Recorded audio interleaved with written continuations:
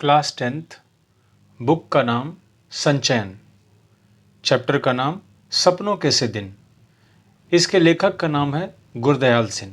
गुरदयाल सिंह जी इस चैप्टर में अपने बचपन के बारे में बताना चाहते हैं कि बचपन में वो खेल कूद किस तरह से करते थे, स्कूल जाने में उनको कितना मन लगता था और उनके जो साथ खेलने वाले बच्चे थे उनका कितना मन लगता था। क्या वो स्कूल अच्छे से जा पाते थे? खेल कूद के बाद घर में पिटाई किस तरह से होती थी, पढ़ाई के लिए किस तरह से पिटाई होती थी। तो सबसे पहले इसको हम लोग रीड करेंगे। मेरे साथ खेलने वाले सभी बच्चों का हाल एक सा होता, नंगे पांव, फटी मैली सी कच्छी और टूटे बटनों वाली कई जगह से फटे कुर्ते और बिखरे बाल। जब लकड़ी के ढेर पर चढ़कर खेलते, नीचे को भागते तो गिरकर कई तो जाने कहां कहां चोट खा लेते और पहले ही फटे पुराने कुर्ते तार तार हो जाते। धूल भरे कई जगह से छिले पांव, पिंडलियां या लहू के ऊपर जमी रेत मिट्टी से लथपथ घुटने लेकर जाते तो सभी की मां बहनें उस पर तरस खाने की जगह और पिटाई करती। कईयों के बाप बड़े गुस्सैल थे, पीटने लगते तो यह ध्यान भी नहीं रखते कि छोटे बच्चे के नाक मुंह से लहू बहने लगा है या उसके कहाँ चोट लगी है। परंतु इतनी बुरी पिटाई होने पर भी दूसरे दिन फिर खेलने चले आते। यह बात तब ठीक से समझ आई जब स्कूल अध्यापक बनने के लिए एक ट्रेनिंग करने गया और वहाँ बाल मनोविज्ञान का विषय पढ़ा। ऐसी बातों के बारे में तभी जान पाया कि बच्चों को खेलना क्यों इतना अच्छा लगता है कि बुरी तरह पिटाई होने पर फिर खेलने चले आते हैं। मेरे साथ खेलने वाले अधिकतर साथी हमारे जैसे ही परिवारों के हुआ करते। सारे मोहल्ले में बहुत परिवार तो हमारी तरह आसपास के गांवों से ही आकर बसे थे। 2-3 घर साथ की उजड़ी सी गली में रहने वाले लोगों के थे। हमारी सभी की आदतें भी कुछ मिलती जुलती थीं। उनमें से अधिक तो स्कूल जाते ही न थे। जो कभी गए भी पढ़ाई में रुचि न होने के कारण किसी दिन बस्ता तालाब में फेंक आए और फिर स्कूल गए ही नहीं। न ही माँ बाप ने जबरदस्ती भेजा। यहाँ तक कि परचुनिये आढ़तिये भी अपने बच्चों को स्कूल भेजना जरूरी न समझते। कभी किसी स्कूल अध्यापक से बात होती तो कहते, मास्टर जी, हमने इसे क्या तहसीलदार लगवाना है? थोड़ा बड़ा हो जाए तो पंडित घनश्याम दास के लंढे पढ़वाकर दुकान पर बहियां लिखने लगा देंगे। पंडित 6-8 महीने के लंढे और मुनीमी का सभी काम सिखा देंगे। वहां तो अभी तक आलिफ बे जीम च भी सीख नहीं पाया। हमारे आधे से अधिक साथी राजस्थान या हरियाणा से आकर मंडी में व्यापार या दुकानदारी करने आए परिवारों से थे। जब बहुत छोटे थे तो उनकी बोली कम समझ पाते। उनके कुछ शब्द सुनकर हमें हंसी आने लगती, परंतु खेलते तो सभी एक दूसरे की बात खूब अच्छी तरह समझ लेते। पता भी नहीं चला कि लोकोक्ति अनुसार एह खेडन दे दिन चार कैसे कब बीत गए। हम में से कोई भी ऐसा न था जो स्कूल के कमरे में बैठकर पढ़ने को कैद न समझता हो। कुछ अपने माँ बाप के साथ जैसा भी था काम कराने लगा। बचपन में घास अधिक हरी और फूलों की सुगंध अधिक मनमोहक लगती है। यह शब्द शायद आधी शती पहले किसी पुस्तक में पढ़े थे, परंतु आज तक याद है। याद रहने का कारण यही है कि यह वाक्य बचपन की भावनाओं सोच समझ के अनुकूल होगा। परंतु स्कूल के अंदर जाने से रास्ते के दोनों ओर जो अलियार के बड़े ढंग से कटे छाटे झाड़े उगे थे, जिन्हें हम डंडियां कहा करते, उनके नीम के पत्तों जैसे पत्तों की महक आज तक भी आंख मूंद कर महसूस कर सकता हूँ। उन दिनों स्कूल की छोटी क्यारियों में फूल भी कई तरह के उगाए जाते थे, जिनमें गुलाब, गेंदा और मोतियों की दूध सी सफ़ेद कलियां भी हुआ करती थी। ये कलियां इतनी सुंदर और खुशबूदार होती थी कि हम चंदू चपड़ासी से आंख बचाकर कभी कभार 1-2 तोड़ लिया करते। उनकी बहुत तेज सुगंध आज ही महसूस कर पाता हूँ, परंतु यह याद नहीं कि उन्हें तोड़कर कुछ देर सूंघ कर फिर क्या किया करते। शायद जेब में डाल लेते, माँ उसे धोने के समय निकालकर बाहर फेंक देती, या हम ही स्कूल से बाहर आते उन्हें बकरी के मेमनों की भांति चर जाया करते। जब अगली श्रेणी में दाखिल होते तो एक ओर तो कुछ बड़े सयाने होने के एहसास से उत्साहित भी होते, परंतु दूसरी ओर नई पुरानी कॉपियां किताबों से जाने कैसी बास आती कि उन्हीं मास्टरों के डर से कांपने लगते जो पिछली श्रेणी में पढ़ा चुके होते। जब स्कूल में शुरू साल में 1-1.5 महीना पढ़ाई हुआ करती, फिर 1.5-2 महीने की छुट्टियां शुरू हो जाया करती। अब तक जो बात अच्छी तरह याद है वह छुट्टियों के पहले और आखिरी दिनों का फर्क था। पहले 2-3 सप्ताह तो खूब खेल कूद हुआ करती। हर साल ही माँ के साथ ननिहाल चले जाते। वह नानी खूब दूध दही मक्खन खिलाती, बहुत प्यार करती। छोटा सा पिछड़ा गांव था, परंतु तालाब हमारी मंडी के तालाब जितना ही बड़ा था। दोपहर तक तो उस तालाब में नहाते, फिर नानी से जो जी में आता मांग कर खाने लगते। नानी हमारे बोलने के ढंग या कम खाने के कारण बहुत खुश होती। अपने पोतों को हमारी तरह बोलने और खाने पीने को कहती। जिस साल ननिहाल न जा पाते उस साल भी अपने घर से थोड़ा बाहर तालाब पर चले जाते, कपड़े उतार पानी में कूद जाते और कुछ समय बाद भागते हुए एक रेतीले टीले पर जाकर रेत के ऊपर लेटने लगते। गीले शरीर को गर्म रेत से खूब लथपथ कर उसी तरह भागते किसी ऊंची जगह से तालाब में छलांग लगा लेते। रेत को गंदले पानी से साफ कर फिर टीले की ओर भाग जाते। याद नहीं कि ऐसा 5-10 बार करते या 15-20 बार। कई बार तालाब में कूदकर ऐसे हाथ पांव हिलाने लगते जैसे बहुत अच्छे तैराक हो, परंतु 1-2 को छोड़ मेरे किसी साथी को तैरना नहीं आता था। कुछ तो हाथ पांव हिलाते हुए गहरे पानी में चले जाते, तो दूसरे उन्हें बाहर आने के लिए किसी भैंस के सींग या दुम पकड़कर बाहर आने को सलाह देते। उन्हें ढाढ़स बंधाते। कूदते समय मुंह में गंदला पानी भर जाता तो बुरी तरह खांसते। कई बार ऐसा लगता कि सांस रुकने लगी है, परंतु हाय हाय करते किसी न किसी तरह तालाब के किनारे पहुंच जाते। फिर छुट्टियां बीतने लगती तो दिन गिनने लगते। प्रत्येक दिन डर बढ़ता चला जाता। खेल कूद और तालाब में नहाना भी भूलने लगता।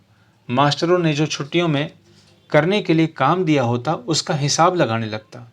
जैसे हिसाब के मास्टर जी 200 से कम सवाल कभी न बताते।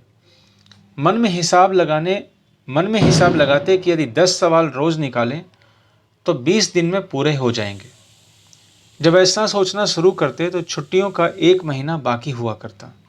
एक एक दिन गिनते 10 दिन खेल कूद में और बीत जाते। स्कूल की पिटाई का डर और बढ़ने लगता, परंतु डर भुलाने के लिए सोचते कि 10 की क्या बात, सवाल तो 15 भी आसानी से रोज निकाले जा सकते हैं। जब ऐसा हिसाब लगाने लगते तो छुट्टियां कम होते होते जैसे भागने लगती। दिन बहुत छोटे लगने लगते। ऐसा महसूस होता जैसे सूरज भागकर दोपहरी में ही छिप जाता हो। जैसे जैसे दिन छोटे होने लगते स्कूल का भय बढ़ने लगता। हमारे कितने ही सहपाठी ऐसे भी होते जो छुट्टियों का काम करने के बजाय मास्टरों की पिटाई अधिक सस्ता सौदा समझते। हम जो पिटाई से बहुत डरा करते उन बहादुरों की भांति ही सोचने लगते। ऐसे समय हमारा सबसे बड़ा नेता ओमा हुआ करता था। हम सभी उसके बारे में सोचते कि हमारे में उस जैसा कौन था। कभी भी उस जैसा दूसरा लड़का नहीं ढूंढ पाते थे। उसकी बातें, गालियां, मार पिटाई का ढंग तो अलग था ही, उसकी शक्ल सूरत भी सबसे अलग थी। हांडी जितना बड़ा सिर, उसके ठिगने 4 बलिष्ठ के शरीर पर ऐसा लगता जैसे बिल्ली के बच्चे के माथे पर तरबूज रखा हो। इतने बड़े सिर में नारियल किसी आंखों वाला बंदरिया के बच्चे जैसा चेहरा और भी अजीब लगता। लड़ाई वह हाथ पांव नहीं सिर से किया करता। जब सांड की भांति फुकारता, सिर झुकाकर किसी के पेट या छाती में मार देता तो उससे दुगने तिगुने शरीर वाले लड़के ही पीड़ा से चिल्लाने लगते। हमें डर लगता कि किसी की छाती की पसली ही न तोड़ डाले।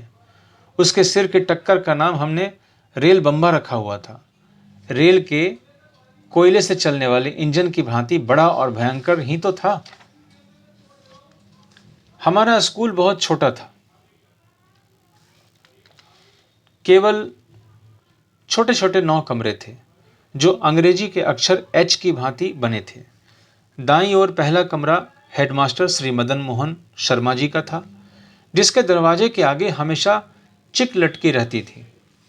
स्कूल की प्रार्थना के समय वह बाहर आते और सीधी कतारों में कद के अनुसार खड़े लड़कों को देख उनका गोरा चेहरा खिल उठता। सारे अध्यापक लड़कों की तरह ही कतार बांधकर उनके पीछे खड़े होते। केवल मास्टर प्रीतम चंद पीटी लड़कों की कतारों के पीछे खड़े खड़े यह देखते कि कौन सा लड़का कतार में ठीक नहीं खड़ा। उनकी घुड़की तथा ठुड्डों के भय से हम सभी कतार के पहले और आखिर लड़के का ध्यान रखते, सीधे कतार में बने रहने का प्रयत्न करते। सीधी कतार के साथ साथ हमें यह ध्यान भी रखना होता था कि आगे पीछे खड़े लड़कों के बीच की दूरी भी कभी किसी दूरी भी एक सी हो।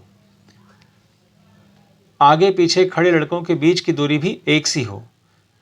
सभी लड़के उस पीटी से बहुत डरते थे, क्योंकि उन जितना सख्त अध्यापक न कभी किसी ने देखा न सुना था। यदि कोई लड़का अपना सिर भी उधर उधर हिला लेता या पांव से दूसरी पिंडली खुजलाने लगता तो वह उसकी ओर बाघ की तरह झपट पड़ते और खाल खींचने के मुहावरे को प्रत्यक्ष करके दिखा देते। परंतु हेडमास्टर शर्मा जी उसके बिल्कुल उलट स्वभाव के थे। वह 5वीं और 8वीं श्रेणी को अंग्रेजी स्वयं पढ़ाया करते थे। हमारे में से किसी को भी याद न था कि 5वीं श्रेणी में कभी भी उन्हें किसी गलती के कारण किसी की चमड़ी उधेड़ते देखा या सुना हो।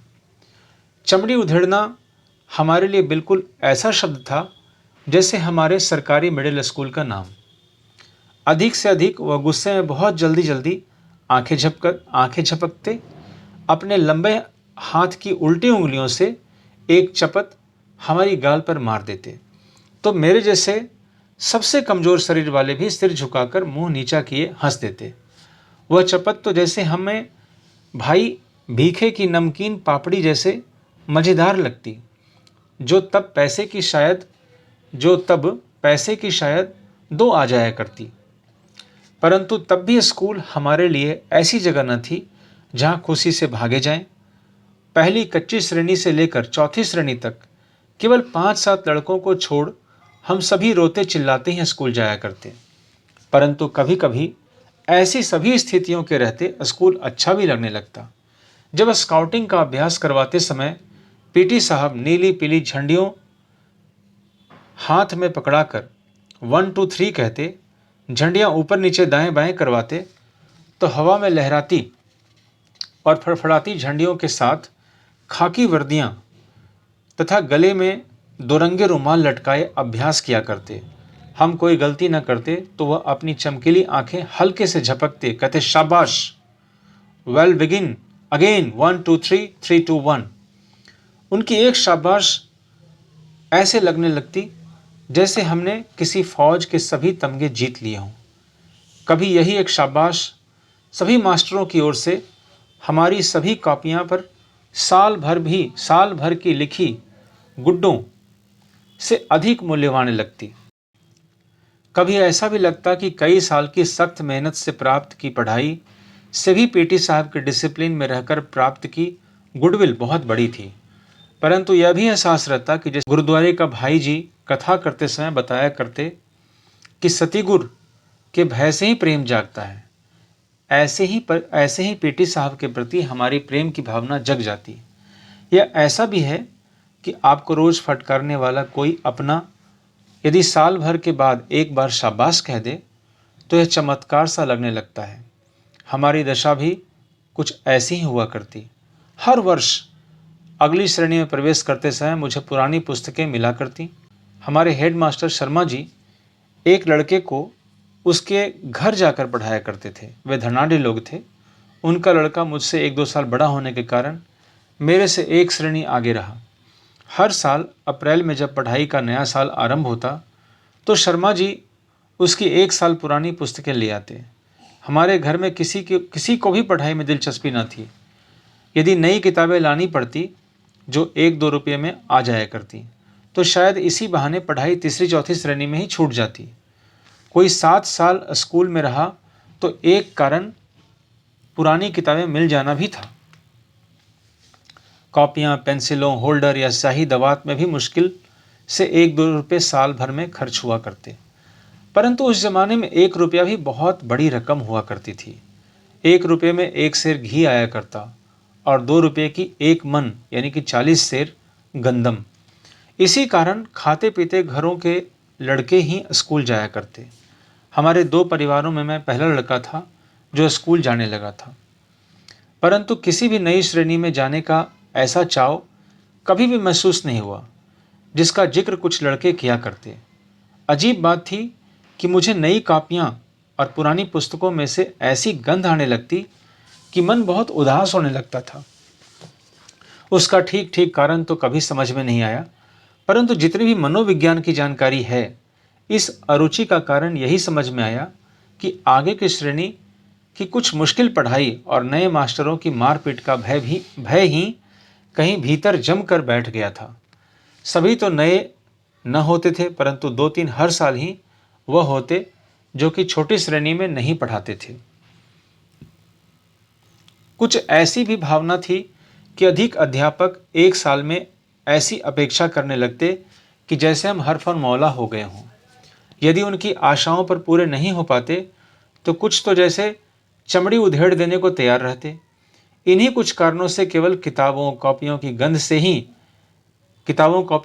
से ही नहीं, बाहर के बड़े गेट से 10-15 गज दूर स्कूल के कमरों तक रास्ते के दोनों ओर जो अलियार के झाड़ उगे थे, उनकी गंध भी मन उदास कर दिया करती।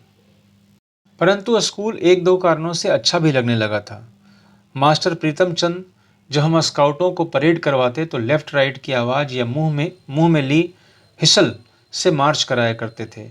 फिर राइट टर्न या लेफ्ट टर्न या अबाउट टर्न कहने पर छोटे छोटे बूटों की एड़ियों पर दाएं बाएं या एकदम पीछे मुड़कर बूटों की ठक ठक करते अकड़ कर चलते तो लगता जैसे हम विद्यार्थी नहीं बहुत महत्वपूर्ण आदमी हों, फौजी जवान।